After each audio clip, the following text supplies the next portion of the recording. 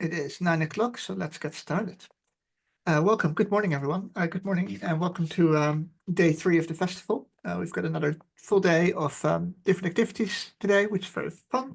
We're going to start today in 10B with Akitav Sharma, who's going to give us a talk called Metacognitive Prompting and Self-Directed Learning. So it'll be exciting. It'll be an interactive talk, so it'll be you'll all get to give input. Just a few bits of housekeeping. The session is being recorded. If you don't want to appear in the recording, please make sure your camera is turned off and you shouldn't appear in the recording. I think that's all I'll need to say, really. There is a chat function, so you can type away in the chat, just like other sessions. But like I said, there'll be some interaction today, so you can also just unmute and speak up. I think that's all I need to say. Akitav, can I hand over to you straight away to get started? Yeah, thank you so much for that introduction, Flo. May I get the screen sharing rights, please? I would like to share a presentation. Oh yeah, sorry, I thought you did. Let me make you co-host so that.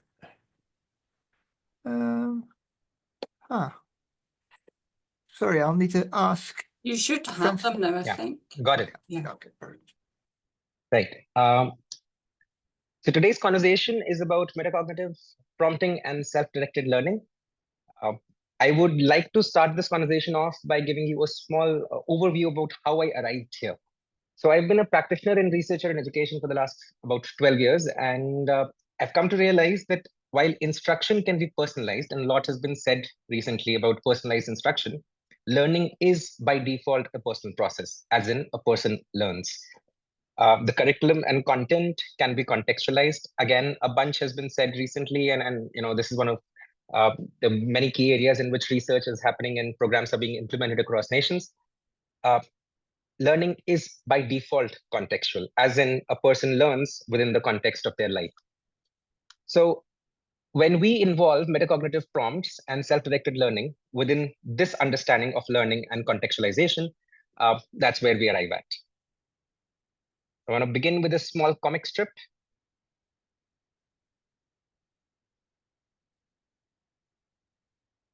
Please take a moment to engage with it.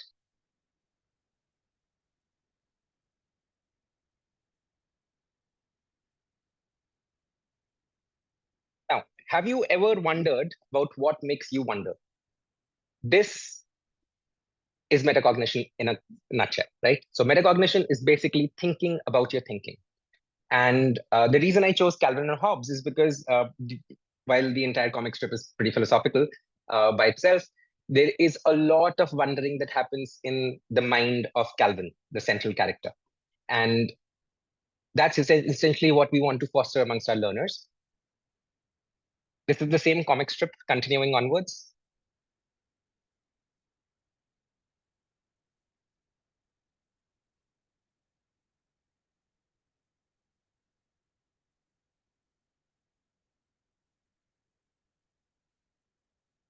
Have you ever caught yourself chasing a question, not because someone asked, but because you needed to know? Much of what happens in the rich lives of our students is driven by what they are living through. It's driven by the contextual placement of their lives, by the people around them. And very rarely do we find the intersection between what is taught in a classroom and the innate intrinsic ability or agency of the learner to pursue these questions by themselves. So self-directed learning is when you, as in the self, the learner, takes the lead, choosing what to learn, how and why.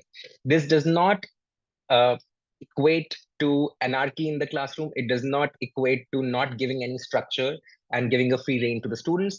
It allows them to choose the process to achieve the goals that are outlined in the lesson. Now, central to both metacognitive abilities and self-directed learning is the idea of narratives. Narratives are central to human cognition. And this is the question that we begin with. Have you ever caught yourself making sense of life through stories, even your own? The sense-making mechanism, as can be ascribed to the constructivist school of thought, places a strong value at the purpose and of meaning itself. And meaning can be arrived through active construction. The narratives are central to human cognition, and they help us organize experience, remember, imagine, and understand both ourselves and others. This is Calvin and Hobbes arriving at the conclusion of the comic strip, having figured something meaningful or potentially scary. So when we talk of narratives, most often we analyze what comes most obviously to us. For young learners, it's most often the superficial content of the subject.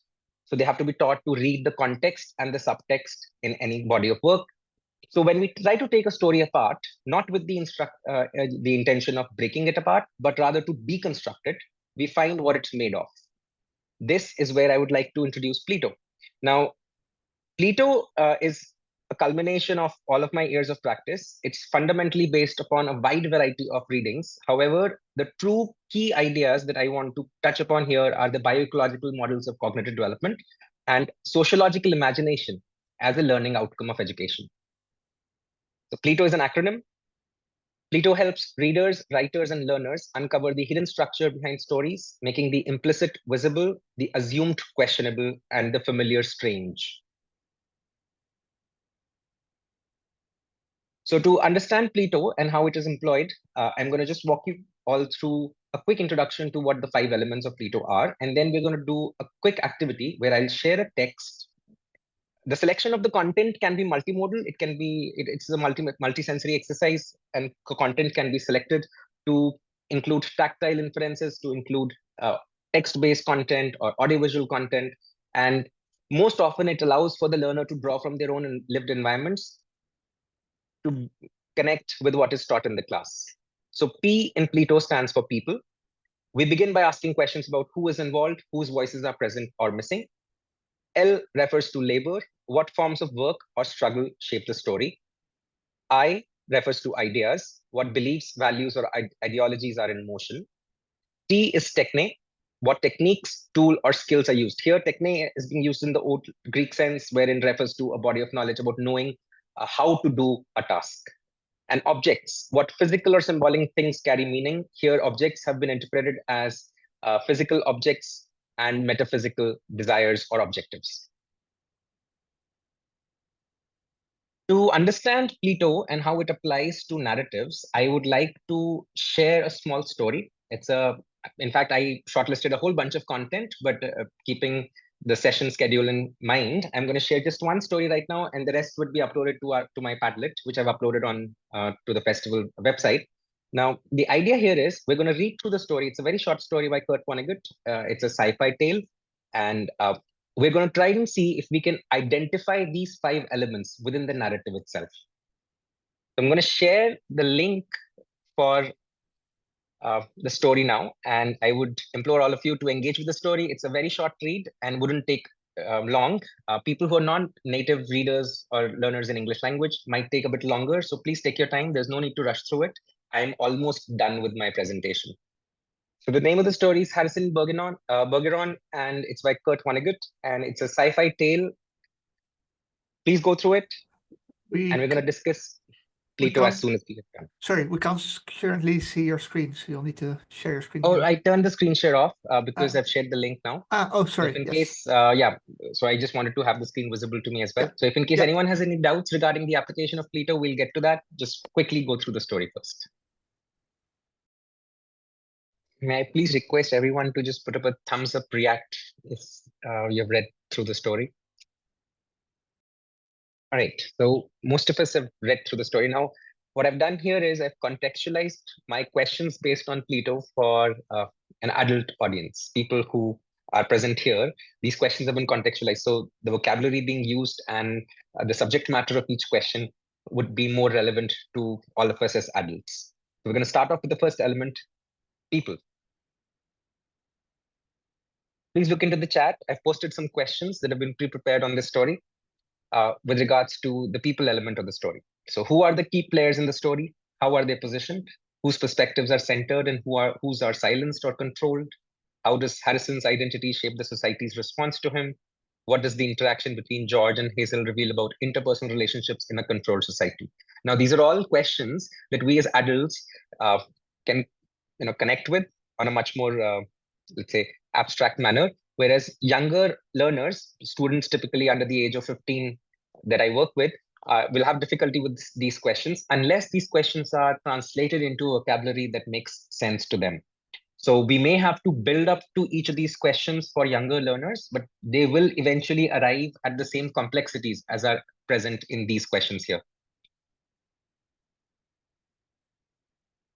Please engage with the questions for a few minutes, see if they make sense. Feedback, critical or otherwise, is welcome. This set of questions is not exhaustive, so you can come up with many more such questions based upon people and their interactions with themselves. Now, the story revolves around handicaps being placed on people so that their labor is, in a way, equated to each other.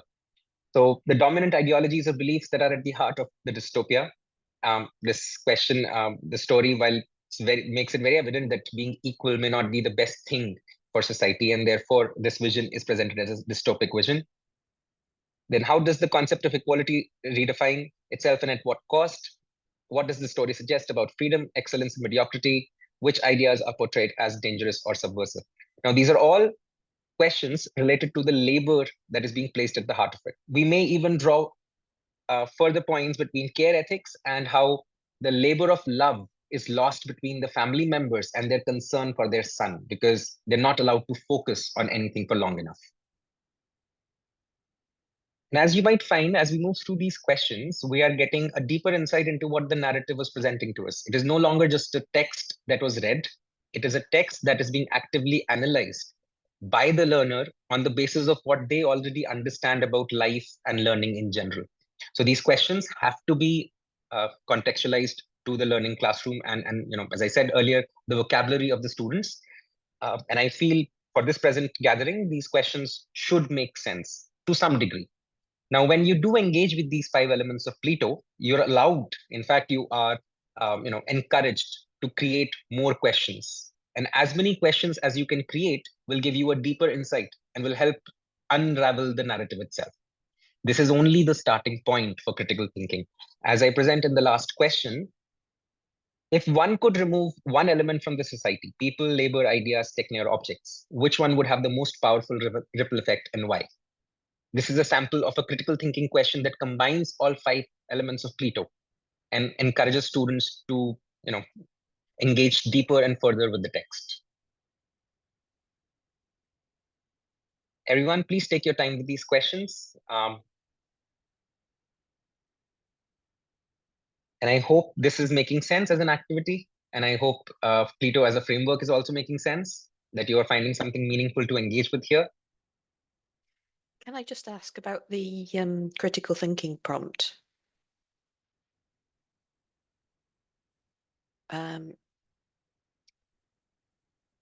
You say if we could remove one element, is that like the whole of the element or an aspect of the element? Because it sort of looks to me like if you removed a whole element from a story, it sort of stops being a story. Right. Okay. So let's take the interaction between the 2 people that are actually present in the story. So the son is being referred to in the story, and while the parents are being shown in their home. So let's change the interpersonal interactions that are happening between the people, the husband and the wife, and let's see how that evolves the story. Or if the mother and the son dynamic could be further explored, how might that impact the story? So while eliminating an entire dimension, as you rightly pointed out, Beth, might destructure the entire story itself. What we're looking for is to tweak certain elements so that we can learn to regulate how the narrative evolves with each of those tweaks. Yeah, that's interesting. Thank you.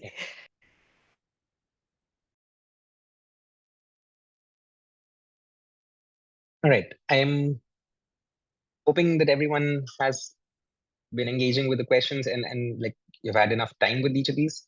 If you have any questions with regards to Plato, now, as I earlier said, that this is a general narrative deconstruction algorithm.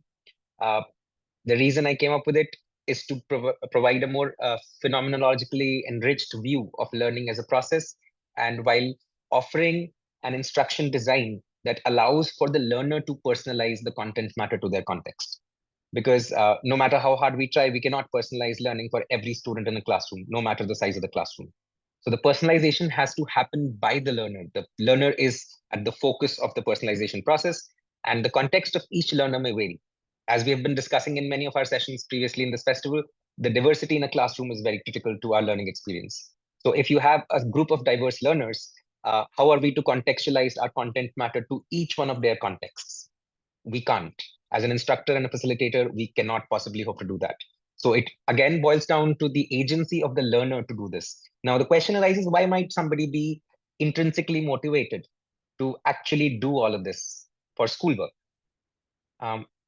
It is my hope, and it's been sort of coming through my experiments, that Plato actually offers 5 different dimensions of analyzing narratives.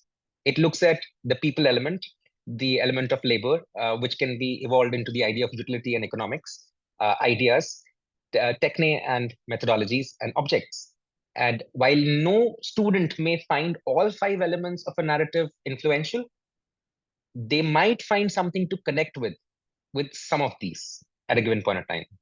With long enough engagement with the Plato framework, they do tend to find ideas and or formats of a particular body of text that they actually want to connect with.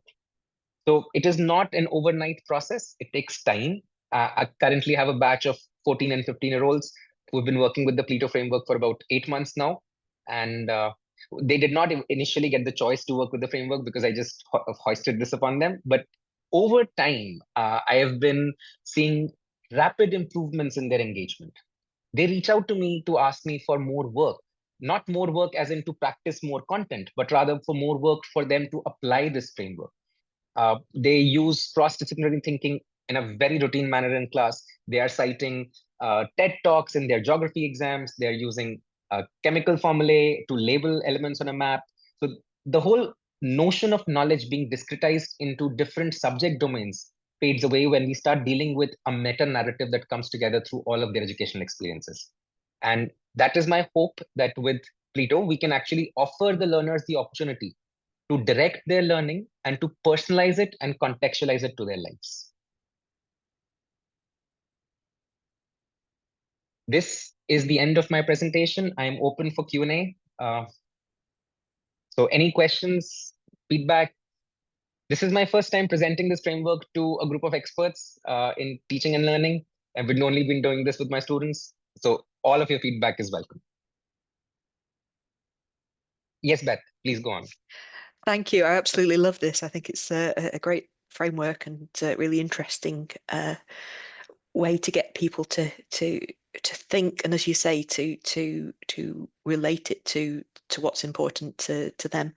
My question was, do you, after sort of students have individually analysed and sort of answered questions around a text, do you give them the opportunity to share that with each other? Because I think there's a whole lot that could come from, because people will interpret this in different ways and have their own different perspectives, that there's got to be so much value in then sharing that with other people and seeing what their perspectives and their approaches were. Is that part of your sort of methodology? Yes, Beth, absolutely. Actually, so the purpose for doing, for letting students engage with Plato independently is for them to bring in their lives into the classroom. So when the student enters the classroom, their lives are not to be shut outside, right? So when they do this, we do break out like in real life, not like Zoom breakout rooms, but we break out into smaller groups, and each group then discusses what their tables look like. So typically what we do is, if it's a written text like the one that we've been discussing, we'll draw a table with 5 columns, people, labor, ideas, and techne and objects. And we ask the students to identify these elements from the text and find similarities to their lived experiences, to their lives. Then they bring those tables back into the classroom, and then they're allowed to discuss among themselves. Each group then condenses what they have understood and how they've contextualized the text to their lives, and then presents it to the wider classroom. Great. And while this takes time, but I find that presentation to be a very good form of assessment. So I do not assess my students using tests, right? So they're allowed to bring in their analysis of the text itself to the class, and then their shared view is used as a presentation to assess their group work and collaboration. That sounds brilliant. Yeah, thank you.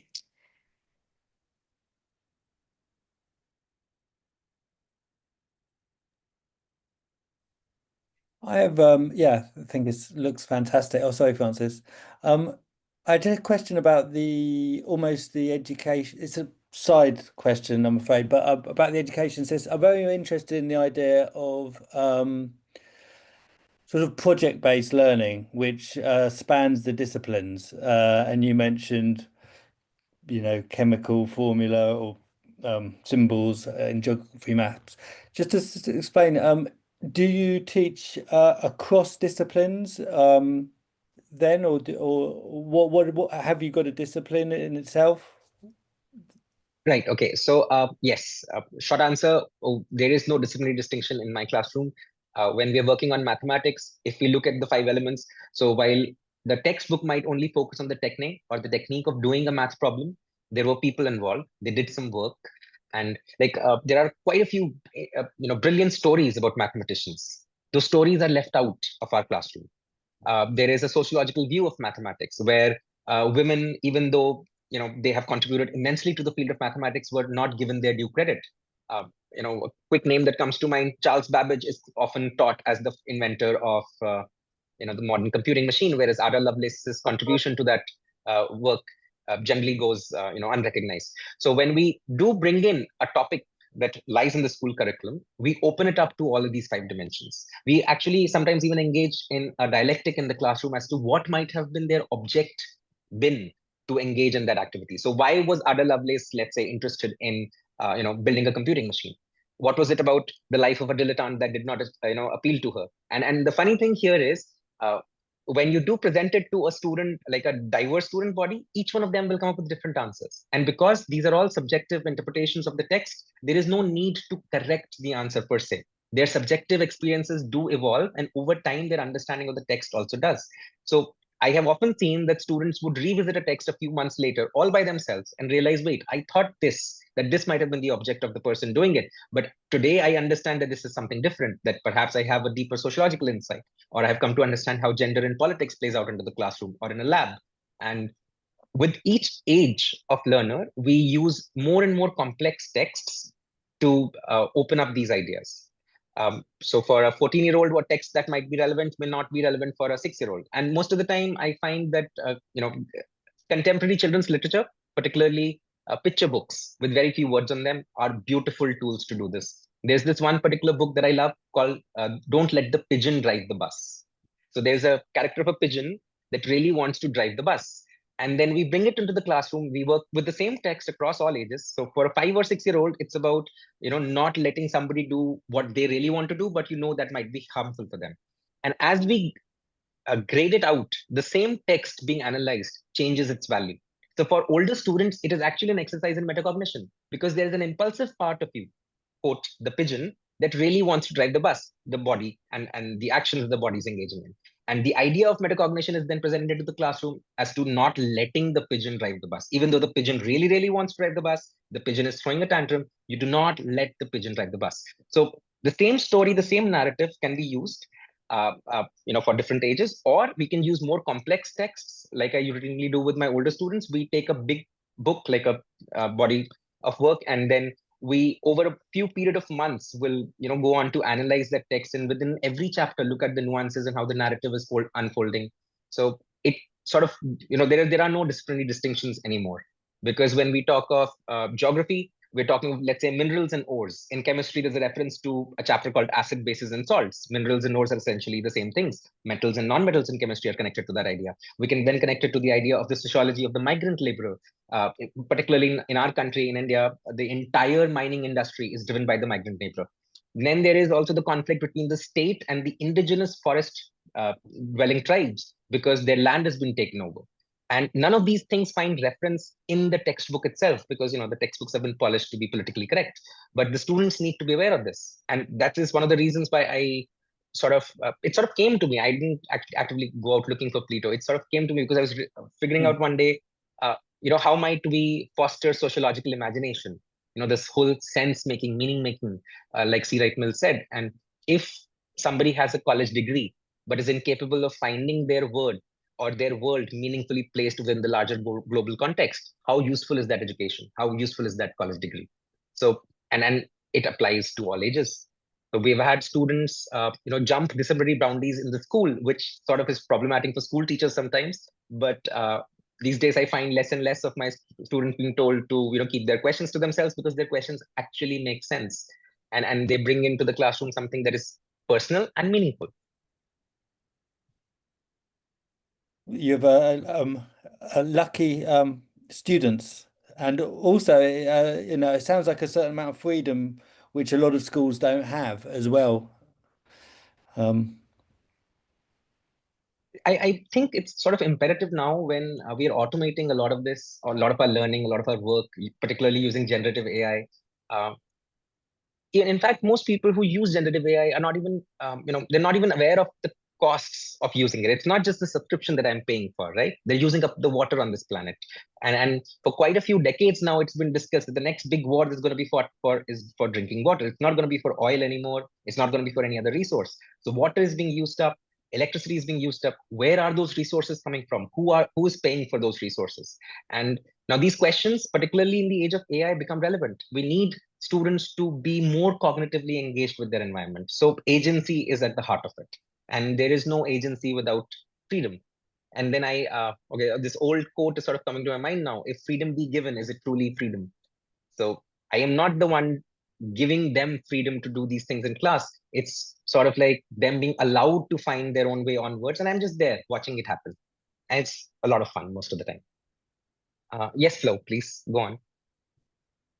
Yeah, I believe Frances had her hand up as well. Do you want to go first, Frances? I think my question was more or less answered there from Paulo's question. I teach chemistry, and I was quite interested into how I could apply it to chemistry. And you gave some examples there. You talked earlier about chemical formulae. So could you maybe give some more examples of how you use it in chemistry, please, Akitav? Right. Okay. So radioactivity. Let's say radioactivity, right? So radioactive chemicals. So there is a certain glow to those elements. Over history, those elements have been used in the wrong places. So glowing rocks were used as mantelpieces. People thought they were pretty, and they were not really pretty. They were toxic materials being allowed into the house. Then there is the notion of certain, let's take Marie Curie's example, right? She did most of the heavy lifting in the study of radioactivity. And she would have been denied her Nobel Prize had it not been for her husband. Many other people, and women particularly, were not given their due credit to the work that they did. So what is it that makes Marie Curie's life different? Now, when you bring it into the study of radioactivity, now, as I understand, it has nothing to do with radioactivity as a chemical phenomenon, but it also offers a child to connect to the idea of a human actually doing them. Why would a woman spend the better part of roughly 30 years in a lab manually purifying something that she knows to be toxic, that she knows to be poisonous, while also exposing not just herself, but her husband and her kid, because her daughter went on to win another Nobel Prize in that domain, having worked with the mother. So why would a woman willingly expose her family members to something that is toxic and poisonous? What is it about that quest, that thirst that prompted her to go on? What were the methods that she was using? She was actually manually boiling those rocks to separate out the elements, and we can bring those experiments in the class. You don't have to use radioactive materials for that, but you can actually show them that how difficult it is to actually melt a rock made of metal and certain ores in an open container or on an open flame. It's not a specialized setup that she used. She would manually use a hammer and break rocks into smaller pieces, put them in a frying pan, like a deep dish pan, and actually just wait for it to melt, feeding in coal and fuel to the fire. So what might be the objective of this person driving it? What objects was she using at the time? How did her body of knowledge and the work that she did continue to inform our use of radioactivity as a phenomenon that we understand? And then there is also the policy aspect of it. If you look at the last 200 years, we find that the safe limit of what is considered radioactive exposure has been reduced. Every few years or so, they come up with a smaller number because what was once safe is now inherently unsafe, right? You can connect it with space travel. What is it that astronauts need to have in their spacesuits? They need to have a lining of a thin material that does not allow radioactive rays to penetrate their bodies. We on this planet are already exposed to neutrinos firing through us. So what is the difference? Now, for an older body of students, you can add more details to the subject matter. So when we talk of neutrinos, this will not be talked with high school students, but with college students. So what is it that allows neutrinos to penetrate my body while not causing any radioactive reactions? If we were to go back to high school, Rutherford's gold foil experiment. What was it about the alpha particles? And how do alpha particles compare to, let's say, neutrino action on body materials? So when we are doing all of this, we are no longer limiting ourselves to, that this part of knowledge or study lies only in biology, or this part only lies in sociology of science or in the history of science. We are looking at radioactivity as a meta-narrative, and then we are bringing in all the 5 elements of Plato within it.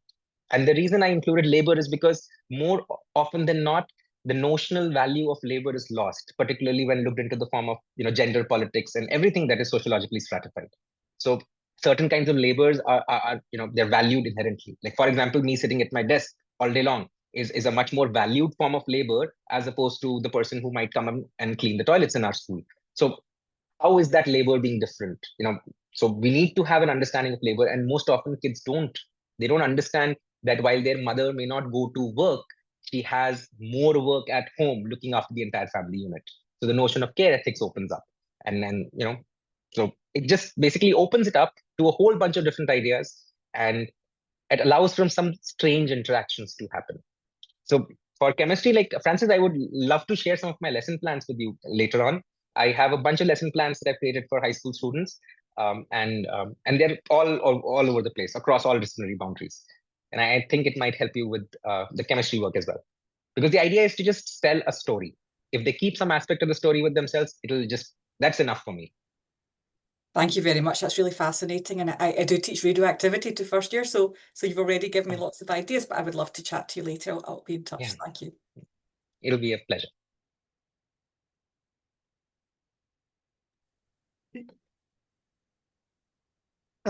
Yeah, I was mainly going to ask. So I found myself when I was doing the Plato thing on the story, I started typing out some of the answers to the things, and then I got quite self-conscious, thinking, "Oh, I don't want to hit enter in the chat because people might read it and might have thoughts."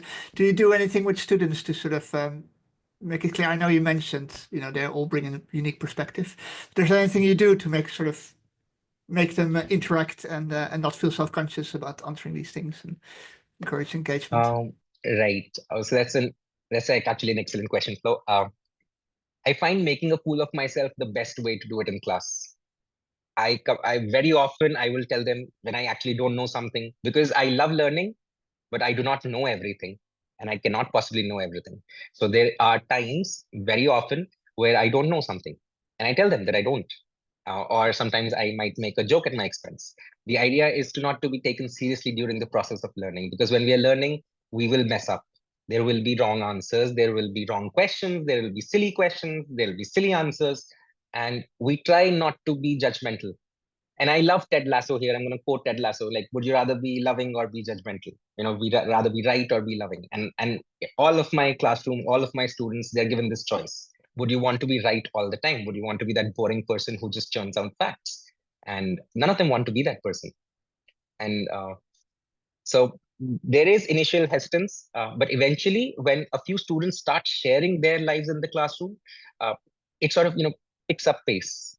It builds up the rapport wherein the students realize that nobody's actually judging anybody else's life here. We're just sharing so that we may learn more. And as far as we are concerned, learning is all that matters in the class. Recently, we were reading an autobiographical note about, so there's this story called The Portrait of a Lady. It's an autobiographical note by Khushwant Singh, an Indian author, about his grandmother and growing in the village and then moving to the city and then going on for higher education. It's a very short story. And while doing that story, we talked about the relationship of the people in the story itself. So there was the grandson and the grandmother. And then we asked in the class for all the students to track back their relationships with their grandparents. Now, some of the kids did not have good relationships because some of their grandparents were actually quite mean people. They actually told one of my kids that I prefer your brother over you. One of their grandfathers told I don't know, 7-year-old kid that I like your brother more than I like you. So that child had carried these words in his head all of these years, right? He came and shared this in class. He's like, there is no reference to the grandmother saying anything to the author here, but I remember my grandmother telling me that she preferred my younger brother over me. And this is a very personal share, but it was very, very relevant to the idea of discussing how grandparent and grandchild narratives and engagements might be different across different spectrum. And so that's what we do. We sort of have fun in learn in the process of learning, and eventually I find that the hesitance sort of washes away. Thank you. It's very helpful. We do have a few more minutes, so see if anybody else has any questions. They can either put it in the chat or just speak up. I know Nikki put in the chat saying she has to go, but ask if you could please share some lesson plans in the Padlet. Oh, absolutely, yes. I have started off I've started off 2 Padlets actually, one for metacognitive prompts based on Plato. There's a general introduction in the prompt Padlet description itself, and then one about self-directed learning prompts based on Plato. I'll be adding more details, specific to certain subject matters. I'll perhaps even upload a few sample texts and show how Plato can go across disciplinary domains. And I'll spend the next week or so doing this. So everyone, please, if you're interested, we can connect, we can talk more about all of this. I love the idea of learning and facilitating learning for young learners and young human beings. So anything that you might want to share and discuss, I am always available for that. And please keep track of the Padlets. In a day or 2, I'll have more content posted. If in case this is something that you're interested in, I would love to share more content. Fantastic. Thank you very much. All right. Are there any other questions that people want to ask before we wrap up?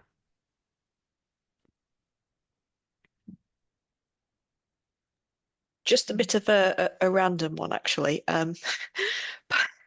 Part of me is sort of wanting to ask, how do you get away with this? This is quite sort of it's like revolutionary. I mean, the story that you shared, the Vonnegut story, it kind of makes that point. The people are controlled by limiting their thoughts, and you're trying to do exactly the opposite here, and that is a threat to power. So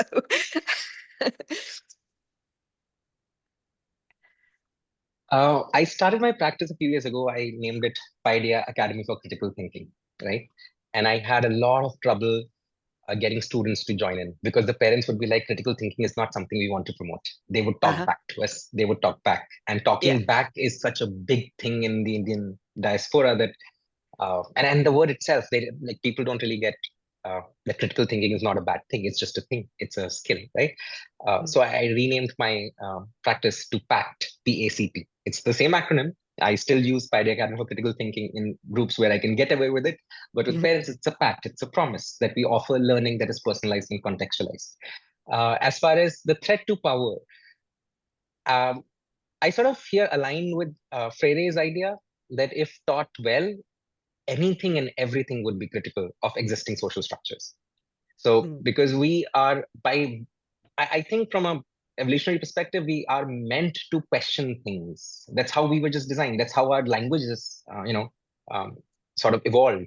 So if you look at the evolution of language itself, when we are translating thoughts into words, and then those words are being communicated to each other, we're never actually assuming that what the other person receives is the exact thing that I want them to receive. But we still operate with the same, notion that you and I are connected through these words. And for learners, it sort of is a sort of an upward trajectory. It begins with some resistance at home also, because when they do start becoming critical thinkers, they start questioning their parents, they start questioning rules and authorities. They would ask a lot of whys. But I find that it's the students who sort of get away with it, because they're precocious, they're young, they're at that age where they're allowed to ask questions. It becomes more and more difficult for older people, and in fact, even in my own practice, I found it very difficult to sell the whole notion the way that I've been able to present it to you guys today, because I knew that I'm a gathering of academics and people who might actually understand what I'm trying to get at without being afraid of how it threatens their position. But in regular conversations, I do not refer to most of these details. I talk about personalized learning, I talk about contextualized learning, and then I try to keep my cards hidden. I don't tell them that I'm looking for sociological imagination as a learning outcome. So you're being subversive. Yes, I have to be.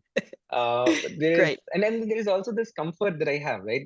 Having access to capital. Like, this is not often talked about in our classrooms, but just the fact that I can sit with my books for an entire day and do nothing that needs, traditional working or needs is related to putting food on the table, I can get away with it. most of my learners don't have that opportunity. In India, like this, I've been volunteering with government schools, the public school system here. The kids are underfed, they're undernourished. I can't expect them to be critically engaging with the text when I know that they have a tummy that is growling with hunger. Most of the kids go to school because they're there for the midday meals, so that they might get at least one full meal a day. So the aspirations that I have in different classrooms sort of change. And I'm always cognizant of the fact that I get to do this and get away with it because I have capital, some of it possessed, some of it embodied. And that's what I try to tell my kids, that someday they will embody the capital that they possess. And when that day comes, I would rather have them utilize that capital to something constructive. Yeah, thank you. That's lovely. Yes, Paolo. Akitav, we're running short of time, but I was interested in whether when you approach a subject, do you approach it with Plato in mind? I mean, or do you explicitly tell the students to work with Plato, or will it just be something in your everyday life that you referring and referencing to generate a lesson plan or whatever, or to deliver your lesson? I guess you must be doing that. Right. In a way, I sort of do all of these things. Plato is like a general day-to-day thinking. Sometimes my partner, she's a doctor, she gets annoyed when she and I'll have a tiff in the house, and we'd be like, no, let's just sit down and analyze it, and let's just do Plato here. It bugs the heck out of her sometimes. But Plato is sort of a culmination of my research. So I wouldn't say that it's a starting point for designing a lesson plan. So we may have a proficiency outcome intended for a lesson, and sometimes we achieve it, sometimes we don't. But we make it a point to make sure that every learner during that lesson is engaging with some aspect of the content matter. So it may be one of the 5 Plato elements. It may be none of these elements. It may be something that the child is thinking about themselves. And through the idea of Plato, we give them structure to articulate what they're thinking about. So Plato is not, we don't usually use Plato to direct our thoughts, but rather to help us guide that, thoughtful articulation into the classroom interactions. So, and we do this a lot and very often. And I find that the younger the learner, the easier it is for them to imbibe this sort of metacognitive skill to engage with, multiple narrative dimensions. Metacognition gets trickier for older people to inculcate, I've come to find, because I have older students as well, graduate students, and for them to start off that inner dialogue is very tricky if they have lived without that inner dialogue. And as somebody with a very rich inner, workings in my head, I found it very sort of alarming when I read this research a few years back saying that most of the human population does not have an inner dialogue. So what's happening in their heads? And I wonder about that. Like, what's going on if there's no inner dialogue? And I find that sometimes it is tricky for older learners, to align themselves with metacognitive engagements. But eventually, through some pain, hard work, some discomfort, they do arrive at a point where they're able to engage. Can I just clarify that point? So are you saying that older learners have learned a certain way of what learning is, and what you're introducing is a different way, thought Yes. about what learning is? Yeah, so Yeah. that's interesting. So perhaps the young learners that you work with, hopefully as they grow up, they won't obviously become older learners and find it hard to think in that way. Okay, Yes. thank you. My current grade 10 batch, I've had this batch for 6 years now. So Plato began with these guys, and it's been growing with them, and it's very interesting seeing how they are very different. Like even in I want something. How am I going to present it to my parents? Am I going to negotiate? I'm going to throw a temper tantrum. Am I going to just go on a hunger strike? And this notion has carried onward all through their childhoods, and it's been very, very interesting to see how kids learn and grow, and what kind of individuals they become if their metacognitive engagement is turned on. It's just a matter of flipping that switch on, because sometimes they just I see them talking out loud to themselves. In the middle of a conversation, they'll be talking out loud to themselves, thinking, well, do they really want to do this? Do I really want to get into this argument? Do I want this thing? Do I really want to take a nap? And when you hear these thoughts articulated out loud, it gives me hope. It genuinely gives me hope. Fantastic. Inspirational. Indeed, yeah. Very lovely. Thank you so much. It's been a very interesting talk. Unfortunately, we are out of time. I'm sure it's given people lots to think about. Like I said, there'll be the festival Padlet, so people can share materials there still. I'll just in the chat put a link to the feedback form if people want to leave feedback, but also the festival Padlet and the festival program. We've got 2 more time slots, so one at 1 p.m. British time and one at 4 p.m. UK time. Also, there I should say there's still the mosh pit activities if people want to get involved in those. They're on the festival Padlet as well. All right, thank you again. Have a good day, everyone. Thank you. Thank you. Thank you.